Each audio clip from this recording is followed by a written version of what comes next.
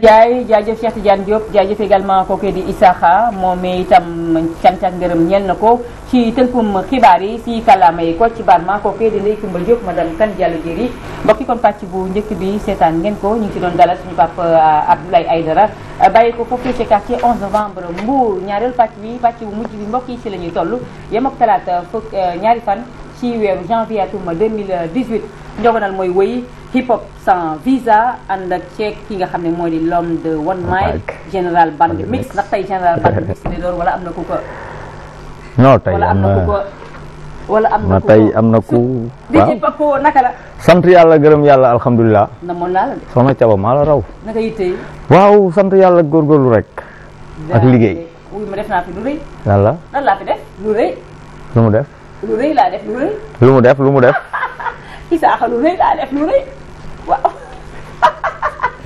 an sama maay kooku of la kooku dañ ko war a denc quoi an sama maay ala mu kooku dañ ko war a denc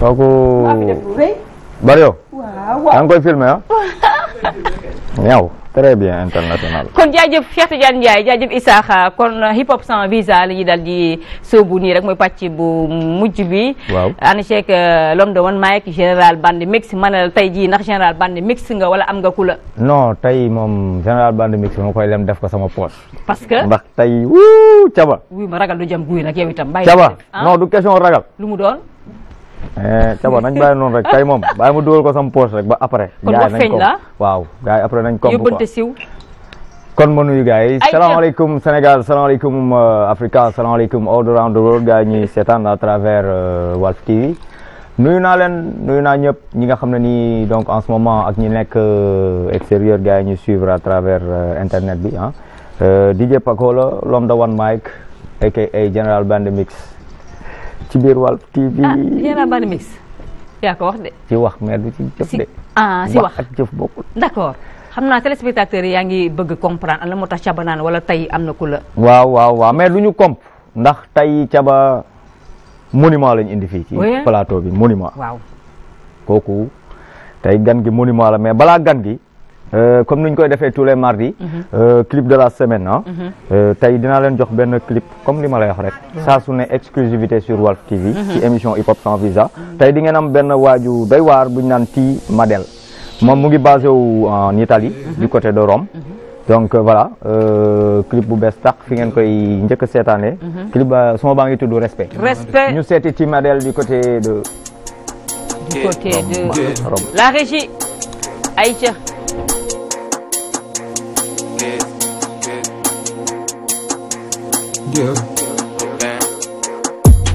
jëfal teebul foog ne yaa gën la jëf doxal ni nga teebul sentu ki la raw xiipil bët yi te di gestu ñi nga raw am yar mooy tax ku la gis di la naw ñàkk yar di na tax ku la xam di la daw ni nga yaru te am respect ci sa maam yéena nga yaru te di déglu yow sa papa jëfal teebul foog ne yaa gën la jëf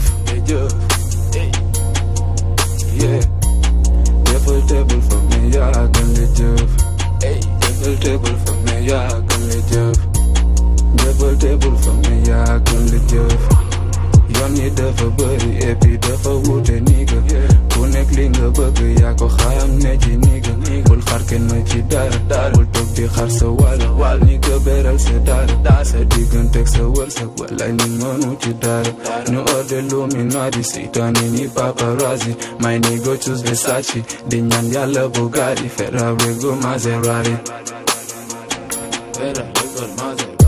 ni ga la xiira am ko yombul ok nga xam ko jëfal bro te jox ko bul dof mukk ba xeeb ko sa mission ni nga dox ko dama yàgga dox laay gise thousand babies jigéen joxaluma dama yàgga dox laay gise thousand babies yeah jëfal teebul foog ne yaa gën la jëf jëfal teebul foog ne yaa gën le jëf jëfal teebul foog ne yaa gën le jëf jëfal teebul foog ne yaa gën le jëf doxal ni nga teebul sentu ki la raw xiipil bët yi te di gestu ñi nga raw am yar mooy tax ku la gis di la naw ñàkk yar dina tax ku la xam di la daw ni nga yaaru te am respect ci sa maam yéena nga yaaru te di déglu yow sa papa jëfal teebul foog ne yaa gën le jëf dama yàgga dox lay bi sa thousand babe sa doom boo ko yore suba di doon babe fuck the system fuck the sound fuck the babies fuck the system fuck the sound fuck the babies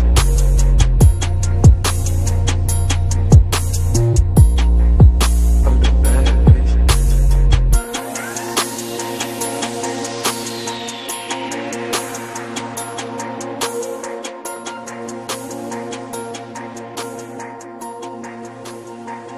Qui modèle de son vrai nom, il se nomme tout simplement Ousseynou Fall. C'est un Sénégalais, basé où Italie, du côté de Rome. Respect. Donc il a 24 ans. macha allah mu ngi ci yoon bi mu ngi ñëw.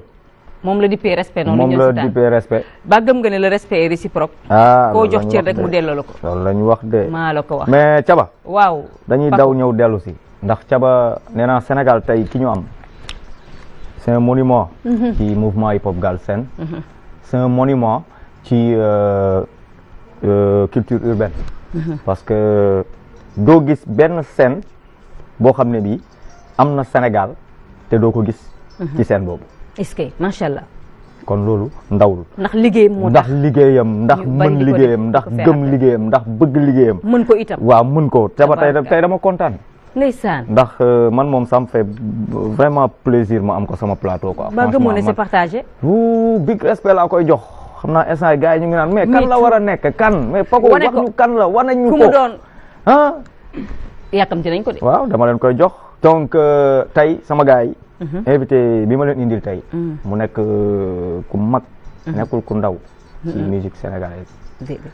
xam nga donc tey on a DJ J-Bess yeah ji Salaamaaleykum, général J-Bess. band mix la kon. kooku waaw non général big général band mix big. waaw maaleykum salaam Paco Thiaba jaajëf waa Bess. Sénégal yëpp maa ngi leen di nuyu di leen souhaiter meilleurs vœux 2018 mu dàq 2017 ah amiin waaye. Sénégalais fépp fu nu munti nekk nag Alors, di souhaiter tamit waa kër gi yëpp une meilleure année 2018 Amiin yaa rabbal pleine de santé et de jàmm et de xew amiin waaye amiin waaye amiin. ak mancam punc bu bari. mais li nga wax nag dafa rëy quoi ni nga ma non mais attends mais ni ma présenté dafa rëy trop quoi DJ yow dañ la war a présenter bu rëy c'est vrai.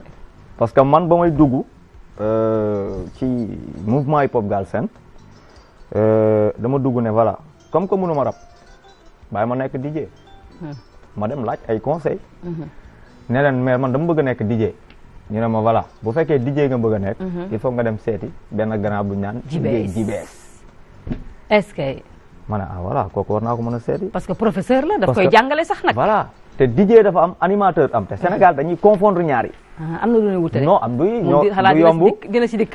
ak J-Bess rek donc grand dama lay bàyyi nga présenté waat waa Sénégal donc pour ñi la xamul parce que man xam naa la yeneen am na ñu la xam mais am na ñoo xam ne nii comme que Njogonal moom man na xam naa ko wala. ci biir Njogonal hip hop sans visa yow xam nga ko mais tuuti ngay xam ci Tuuti laa moom koy xam, ah. donc voilà nga defaat benn naa ko fi dara de. présentation bu ndaw boo xam ne bii Laaj ko dinañ xam bii ne boy. kii mooy J-Bess waaw man maa ngi ñu ngi may tuddee DJ J-Bess maa ngi bokk ci benn groupe bu amoon te amatul muy Pifroise Yeah. bokk ci ñi sanc hip hop Sénégal maa ngi juddoo Dakar di représenter quartier bu ñuy wax Ñaay Cokkeer ok donc fekke naa bi Ndakaaru Njaay di neex waaw dëgg la loolu moom dëgg parce la que koñ boo xam ne la presque amatul Ñaay Cokkeer. te yàggatul waaw peut-être Est-ce kii que quartier boo xam ne la il va disparaître ok donc may nuyu waa Ñaay Cokkeer yëpp ça fait plus de 20 ans maa ngi ci mouvement hip hop bi waaw sama carrière wu DJ ëpp na 20 ans waaw donc am naa si fu ma commencé ak fu ma toll tey daal te yaakaar naa ci biir émission bi nañ mën a gën a xóotal gën a yaatal. tout à fait. donc sama première question pour yow J-Bess en 2008 donc 2008 nga génnee benn mixtape. bu tudd Eco Trip and Scatness. donc mais mixtape bi da nga ko génnee tak amul suivi man loolu laa gis quoi parce que tamit yow laa gis étant DJ nga génnee mixtape. li tax ñu naan mixtape. léegi lan moo tax mixtape boobu amul suivi. en fait c'est pas fait à dessein li tax amul suivi mooy que déjà mixtape benn produit la boo xam ne dafa bokk ci hip hop. am na ñuy génne single am na ñuy génne album. am na ñuy génne maxi. am na mixtape parce que hip hop dafa yaatu du rappeur rek. hip hop dafa boole fecc. mooy breakers yi danseurs yi. dafa boole graffeurs yi ñi di def graffiti boole rap ak DJ. mais DJ nag moo sànc hip hop. moom mooy premier élément bu existé avant leneen yëpp DJ moo ko jur. te produit DJ dafa am mooy mixtape. genre compilation la. bu ñuy def mais ak technique u DJ. mooy mix yi scratch yi. loolu la tubaab di wax valeur ajoutée mooy li ngay indi en plus. ci loolu. léegi loolu dafa war a am public tamit. public bu ko xam. waaw. c'est un marché pour les DJ am DJ États-Unis DJ Clou. moom ay cassette la doon defar. këram di ko enregistré. di ko jaay si bopp koñam. mais il en vendait 500 000 par mois. cassette loxo. waaw ba benn major compagnie mooy industrie di produire artistes yi ñëw signé ko en tant qu'artiste. pour li muy def noonu. mu koy def mais di ko mën a jaay si États-Unis bi yëpp ak dans le monde entier mooy DJ Clou bu ñëpp xam. donc dafa am produit wu DJ boo xam ne DJ yi ñoo koy produire mais dafa am public tamit te Sénégal tolluwuñu woon fu amee public boobu boo xam ne il consomme un produit DJ mixtape. moo tax amul production bi war mooy xaalis biñ si teg pour am promotion c'était un truc traditionnel quoi artisanal. moo tax 400 exemplaires la si def. ci la yem. te xam nga promotion moo gën a cher production. exactement. kon loolu moo ko xawoon téye quoi. waaw mais pour man si collector la parce que loo xam ne génn na ñi nekk si milieu hip hop xam nañ ko te bés dina génnaat j'en suis sûr. c'est sûr loolu moom dafa leer. mais espérons. Jibes pourquoi pas nga defoon rap wala nga def b-boying wala nga def graffiting pourquoi nga choisir nekk DJ. bon d'abord passion la j'ai commencé à mixer bi may gis nit ñi di mixer ça je peux dire en 94 à peu près.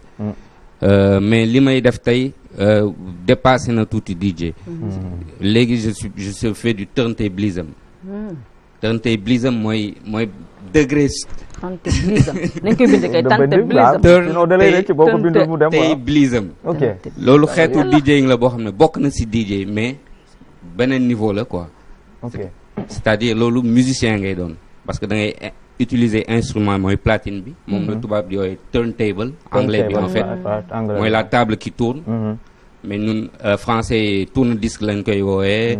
ñun électrophone suñu maam yi suñu grands-parents yi loolu lañ doon déglu musique. mais nekk na instrument urbain léegi dañ koy utiliser comme un instrument de musique. c'est vrai qu'on produit pas des notes du solfège do ré mi fa sol la si do mais on utilise ces notes là et qu'on joue avec des techniques bien propres c'est pas du hasard c'est pas du jaxase. waaw pour ñi xamul dañuy. voilà exactement. donc on utilise ces notes là. et tout ce qui est son urbain tout ce qui nous rappelle la mégalopole les films les théâtres lépp lu ñu mën utiliser. pour ci hip hop bi.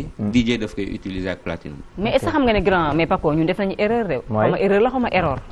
mais moom dafa war a ñëwaat ak matos bi. waaw xam nga il faut mu gën ñoo jàngal loolee nga xam ne moom ci lay liggéey. mais xam nga parfois. ñu def ko live and direct. parfois dafay baax. nga invité ñu mel nii. ñu bañ a indi ay platine. non mais beneen yoon dina ñëwaat de. non dina ñëwaat si avec plaisir. dina ñëwaat mais. dafay baax ñoom ñuy wax parce que ñoom dafa am lu ñu war a wax. mais duñ leen ko may. parce que souvent dañuy nekk derrière moo tax. merci beaucoup à chaque fois derrière la ñu nekk sur scène bu ñu leen invité ci plateau télé wala ñu invité leen rajo dañuy indi seen platine du ñu tala wax te ñii dañu war a wax parce que ñii ñooy lépp ñooy nekk ci ginnaaw. am na lu tax ñuy nekk ci ginnaaw dañ ci ñëw.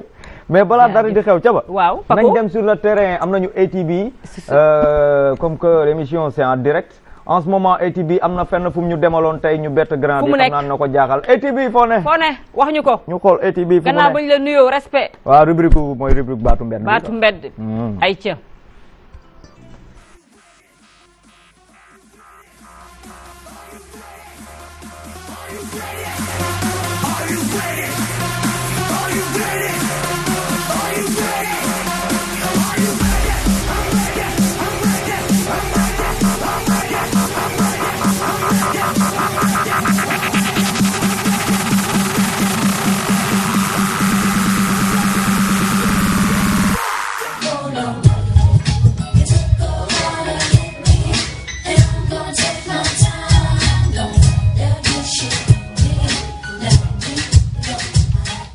ñu ngi leen di jaajëfal baax a baax di leen béggee bu wér a wér yéen a ngi seen émission njoganal ba tey fii si yor bi ñu nekk nii instant ñu ngi béggee Thiaba ñu ngi béggee DJ Paco big respect sunu monument bi nga xamante ne mooy JBS ñu koy jaajëfal baax a baax di la béggee waaw si ni ñu ko xamee nit ki mënuñu ko invité en tant que un monument bu toll ni moom def lu bari ci biir mouvement hip hop Galsen bi def ci loo xamante ne kenn mësu ko def ci Afrique de l'Ouest génnee mixtape boo xam ne 100% DJ yin la lu mësul am ci Afrique de l'Ouest moom mu def ko te dañu sax Afrique de l'Ouest mais dañ naan woo waa lu mësul am moom la def léegi ci loolu noonu dafa am ñoo xam ne dafa leen see jàngal ñu jaar ci ay tànkam ñooñu noonu dañ leen dem seeti ñu war a def benn témoignage ci biir JBS loolu noonu duñu def lu dul seeti ki nga xam ne mooy Nina ñu fekk ci biir fiefam moom mu war ñu présenter boppam ba pare wax ñu aussi li mu jëlee ci mi nga xamante ne mooy JBS ñu nuyu sista Nina salaamaaleykum.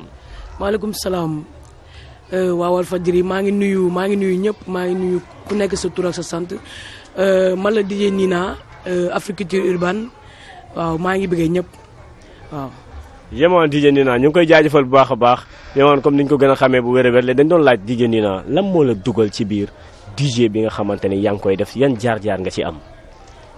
En fait bi may njëkk commencé c'était en 2006 fekk maa ngi def kii nii classe de première dafa amoon benn genre shop bu nekkoon à côté xam nga may kii noonu fréquenté foofu noonu après may aider gars yi ci seen son yi parce que xam nga kii sooy kii ni animé ay son wu kii ni chrétien waaw il faut nga nekk chrétien pour mën a xam kii quoi affaire yi léegi nag gars yi dañ ma doon woo pour ma leen di jàppale ci kii quoi ci son yi affaire yooyu noonu après par la suite voilà après par la suite ci laa gën a dugg ci kii bi quoi waaw mais après par la suite après ci la benn kii ni producteur bu ñu naan Lay Ndiaye moom moo ma ne yow pourtant waa kii ni Africulture dañuy def ay formation di jéng te ngaa dem comme ça nga gën a professionnaliser sa kii bi après ma ne ok après ci laa dem na kii ni Africulture bi ma fa njëkkee dem fekk gars yi sax rawee nañ ma benn 15 jours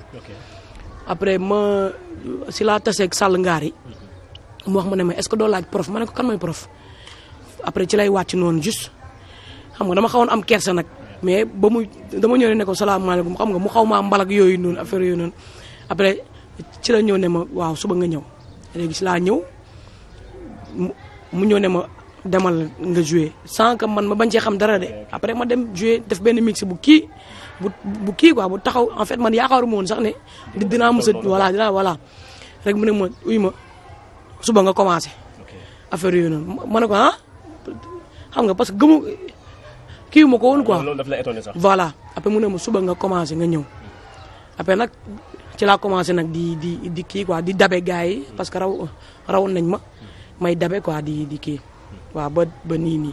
waaw léegi ginnaaw loolu bi nga ci duggee ba pare nga gis JBS lim ci def lépp DJ yi instant bi comme ñu doon xool ay DJ Paul ay affaire yoon ci soirée yi ñu muy demee artiste bu nekk est-ce que sax am nañ droit am DJ am affaire yooyu noonu yéen après nan ngeen def ba intégré ci biir plateau yi nga xamante ne wala ci biir concert yi nga xam ne mi ngi am nan ngeen def ba intégré ci biir. loolu je peux dire que prof moom moo ñu may fit JBS moom moo ñu may fit boobu noonu parce que à chaque fois daf ñuy wax ne leen yéen fii gars yi di taxaw yéen mën ngeen fa taxaw à chaque fois loolu la ñuy wax. ñu bëggoon nga waxal ñu tuuti si DJ JBS li nga xamante yow xam nga ko ci moom li nga xam ne def na ko ci yow li nga xam ne aussi jàpp nga ni kii yokk na ko ci biir mouvement hip hop Galsen. ok prof moom li ma gën a marqué ci moom mooy dafa oyof xam nga dafa humble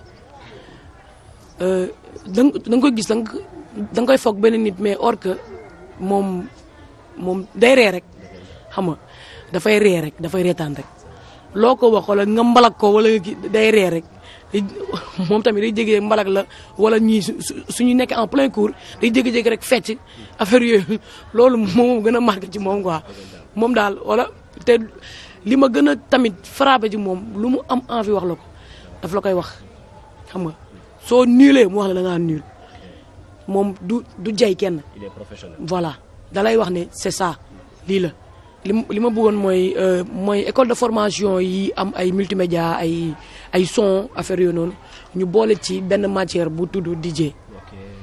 xam nga mooy école ay. des arts ni mu amee. voilà ni mu amee. kii aussi ni mu fa amee ni ñu amee dafa def cours. voilà ubbi ko mu gën a yaatu ci biir école yi. ci biir école yi waaw parce que loolu tamit kii la benn genre métier la quoi. loolu initiative bu nice la sax. voilà man loolu noonu dafa nekkoon sama xel bu yàgg moom. loolu milieu hip hop Galsen ban gis-gis nga ci am lan nga xam ne lii doxul ak lii moo dox ak lii la ñu war a def pour mu gën a jëm kanam parce que dañu war a weesu ci liñ nekk ndax 2018 lañ nekk. ok man rappeurs yi si boppam laay gën a waxal bàyyi leen di tuddee seen kii ay mixtape parce que mixtape dafa war a am DJ par la force. norme yi loolu la su fekkee nag da ngeen bëgg a jaar ci norme yi mixtape bi na war a am DJ su fekkee da ngeen am seen DJ ngeen valoriser ko xam nga da ngay gis nit bu am DJ am nga bàyyi sa DJ maanaam da ngay gis.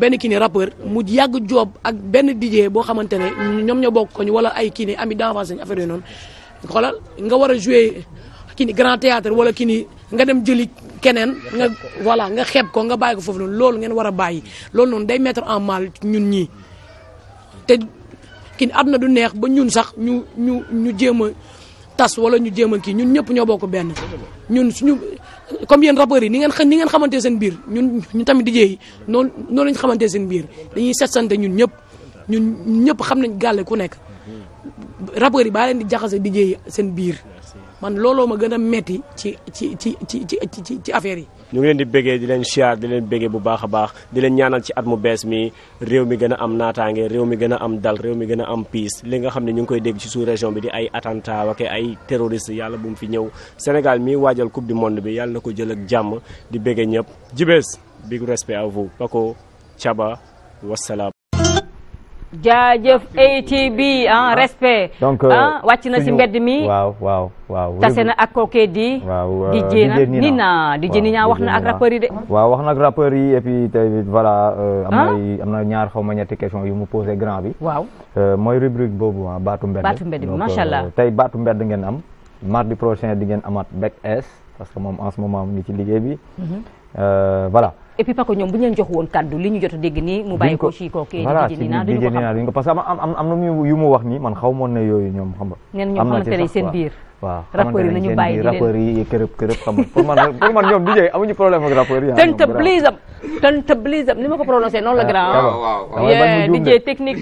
mais grand ak DJ Nina li mu jot a souligné fi yow ban kii nga ci am. par rapport ak surtout côté école bi mu wax. nee na moom bu sañoon école dina am école DJ yi comme MCU bi mu am. ok mais gars yi di ko boole ci. waaw dama lay wax benn xëy na loo xam ne lu bëri xamuñu ko États-Unis chaque année. dafa am benn marché bu mag benn salon. de la musique.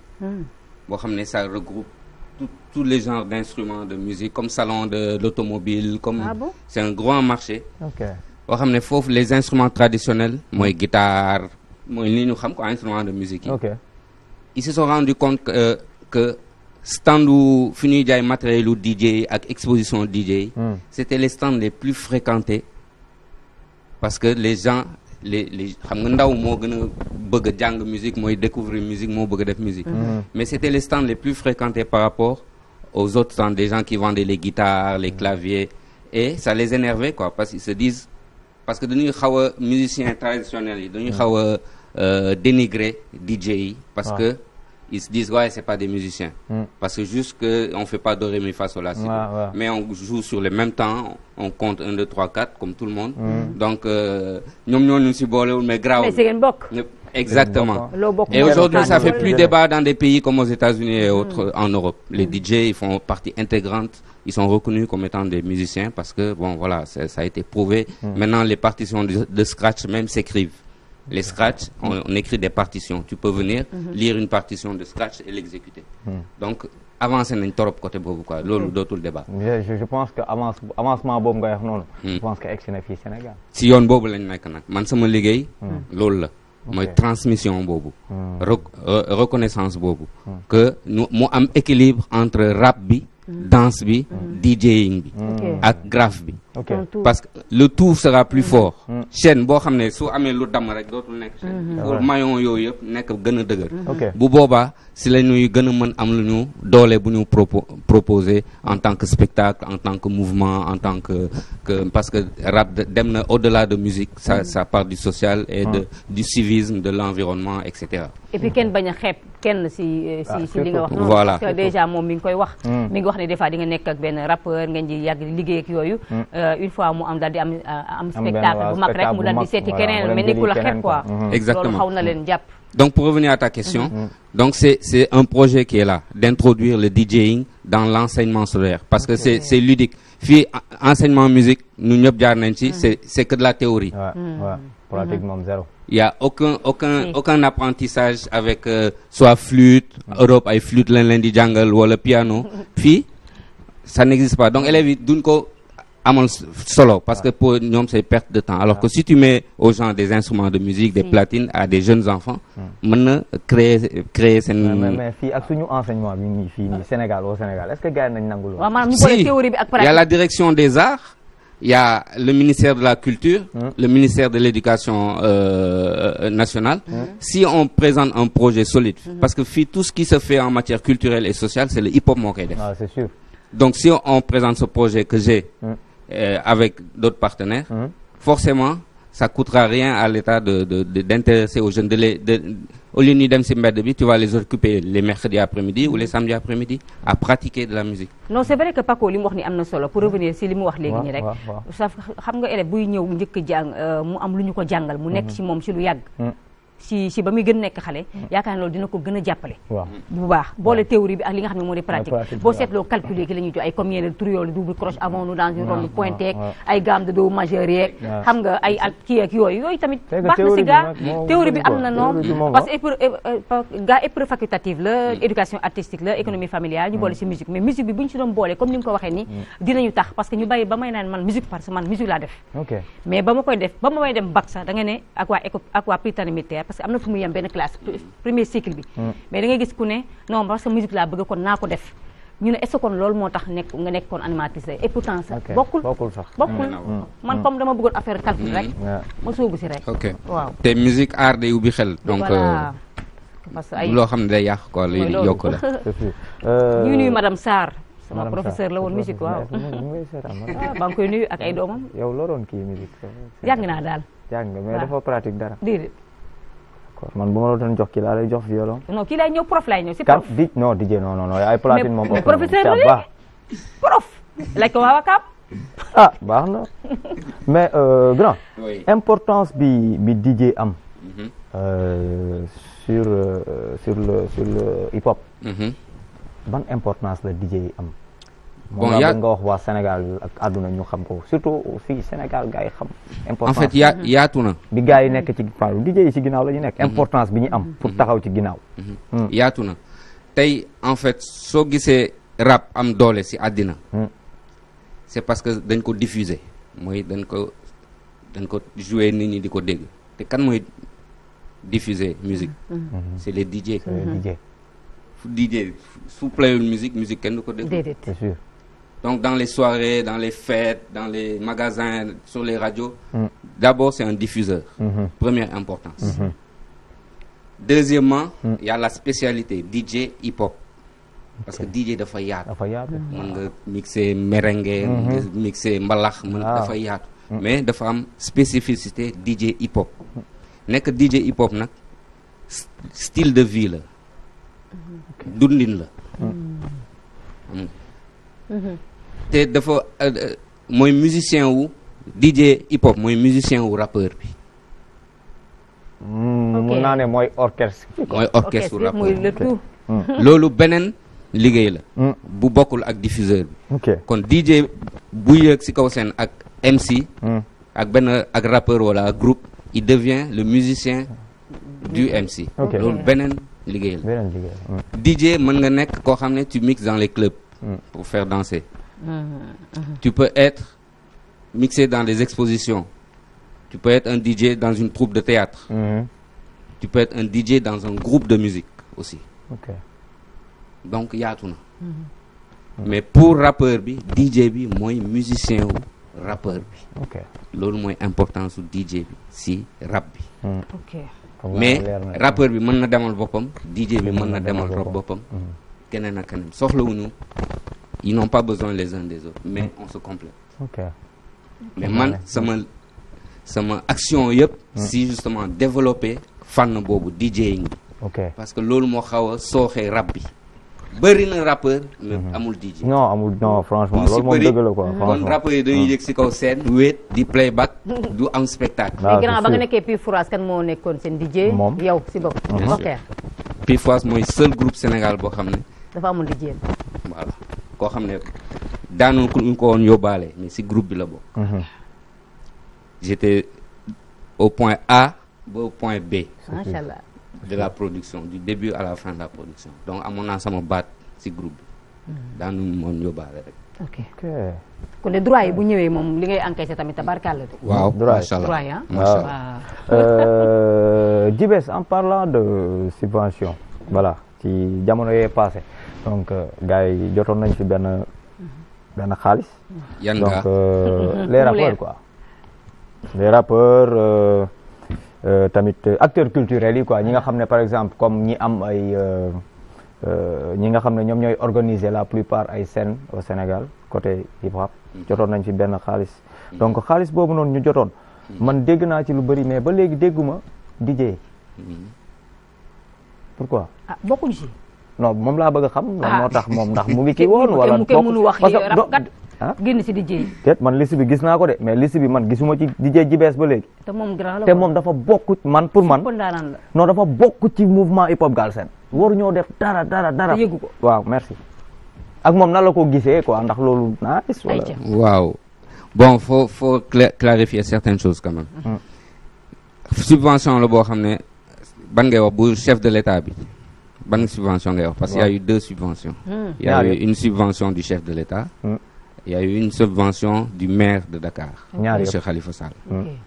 La subvention du chef de l'État et encore une fois c'est pas des personnes privées du mënuñu ne rappeurs yi lañ ko jox wala non c'est des structures qui existent reconnues par l'État. Donc il se trouve que à la tête de ces structures certains il y a des rappeurs d'autres structures mais ils font pas que du rap ils s'occupent pas que du rap. Acteurs culturels. Voilà c'est des acteurs culturels donc c'est par rapport à leurs activités qu'ils ont eu ces subventions.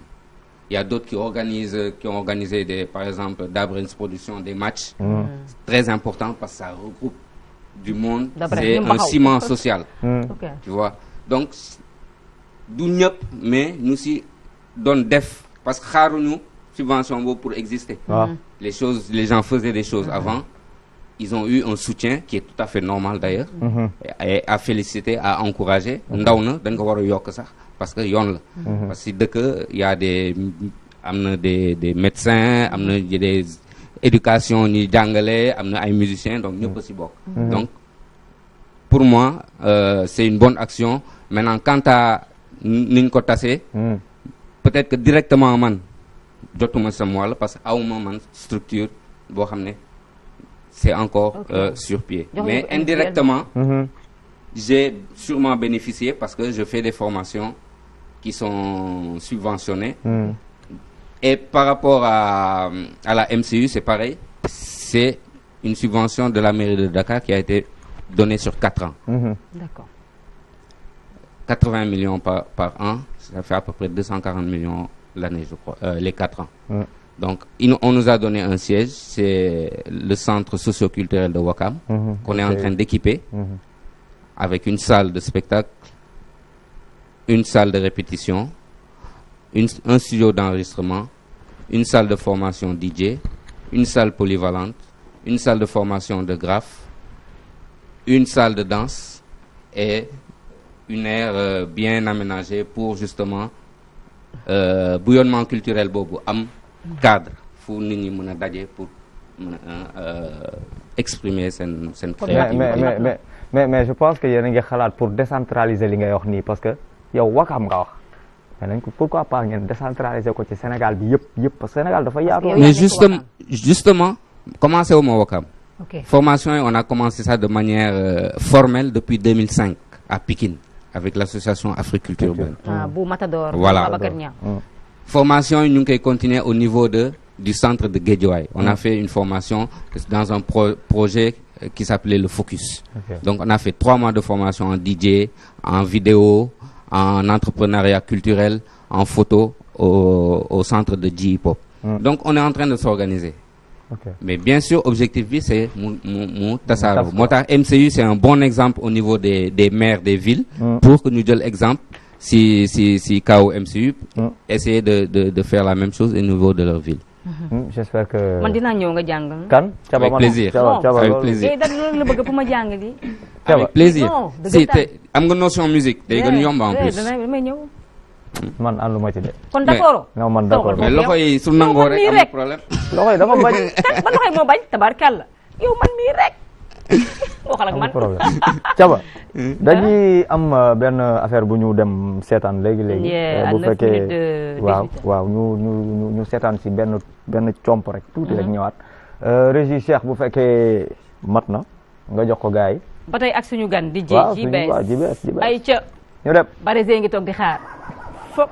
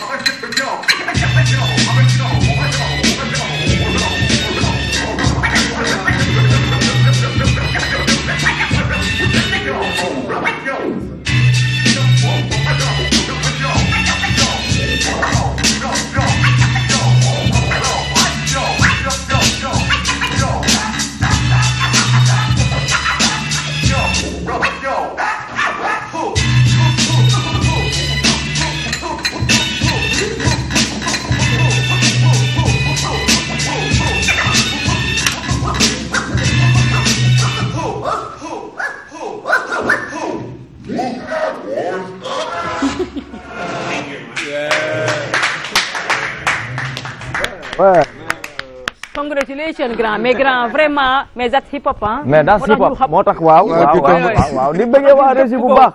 parce que gars yi nee naa leen tey DJ lañ invité kon image yi dans les normes dañ ko war a. dañ ko dëpp foog mu hip hop quoi. mais man Thiaba maa ngi xaar ba Thiaba waxati l'homme de one mic moom borom hip hop visa général band mix. mais big général band mix. merci mais général band mix su ma la ko waxatee neel maa bañ. bari yow wax rek bañ. waaye déedéet waay. non général band mix moom mënul dëgg. mais DJ. oui DJ li rafet na trop. merci. franchement parler rafet na quoi xam nga. mais man yàlla wéral loxo yi. waaw mais dafa am lu ma xaw a jaaxal tuuti.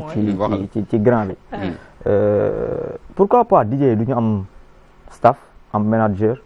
staff bi bon am ay manager ay relation kër. waaw mooy lu ma la wax rek faut pas mettre la charrue avant les bœufs. waaw balaa am loolu di am il faut ñu reconnaître produit marketing u DJ ne produit la. yenn marque yu bëri suñuy def seen publicité par exemple dañuy utiliser image u DJ. waaw dañuy gis ku yor casque nekk nii di mixer te en réalité loolu amagu fi. parce que en Europe par exemple soo waxee DJ David Guetta. nit ñi dañuy daw day feesal ay stade. parce que DJ bi il est considéré comme un artiste fii tollaguñ foofu parce que génnaguñu.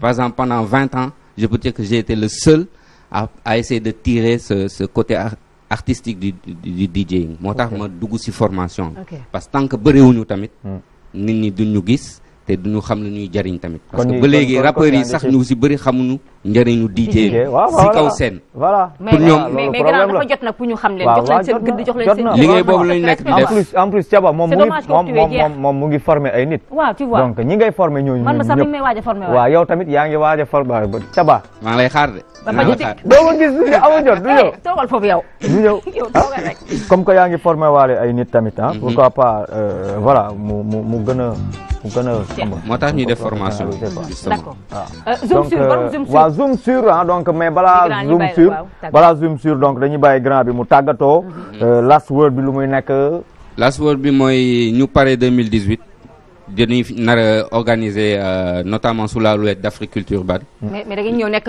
suñu partenaire inchallah yëpp di ñëw di jàll. su neexee yàlla les 30 ans du hip hop sénégalais. waaw donc on va faire des manifestations sur toute l'année 2018. tous les 3 mois.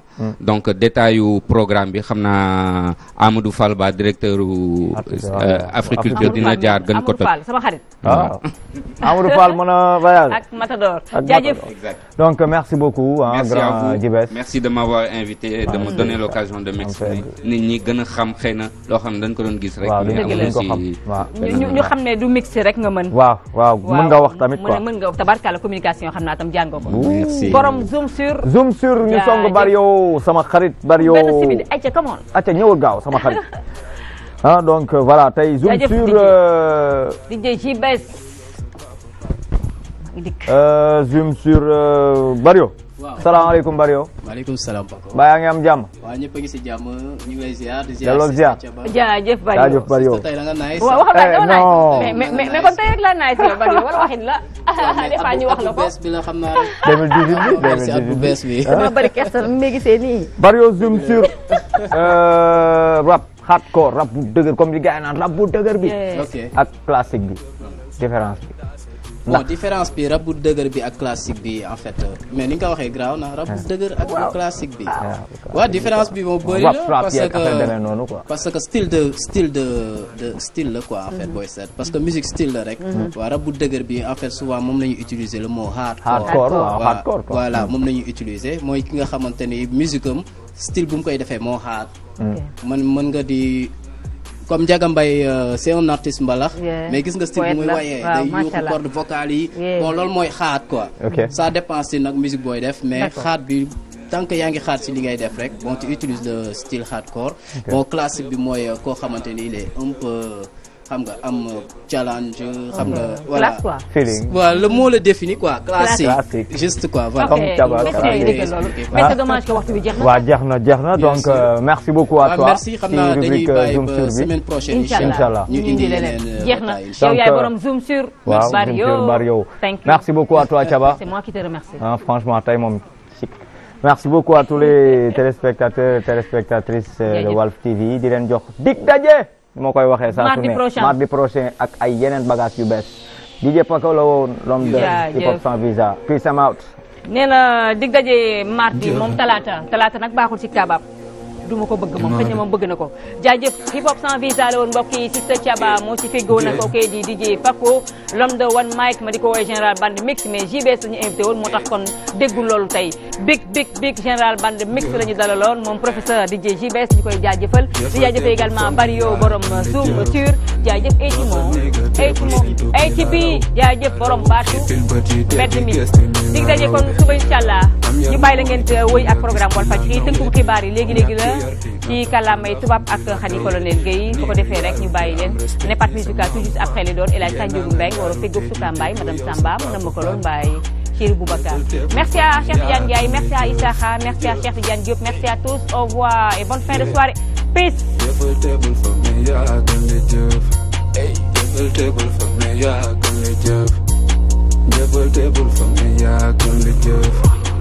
yoon yi dafa bëri et puis dafa wuute niga ku nekk li nga bëgg yaa ko xam ne ci niga bul xar kenn ci dara bul toog di xar sa wàll ni nga beral sa dara sa digganteeg sa wërsëg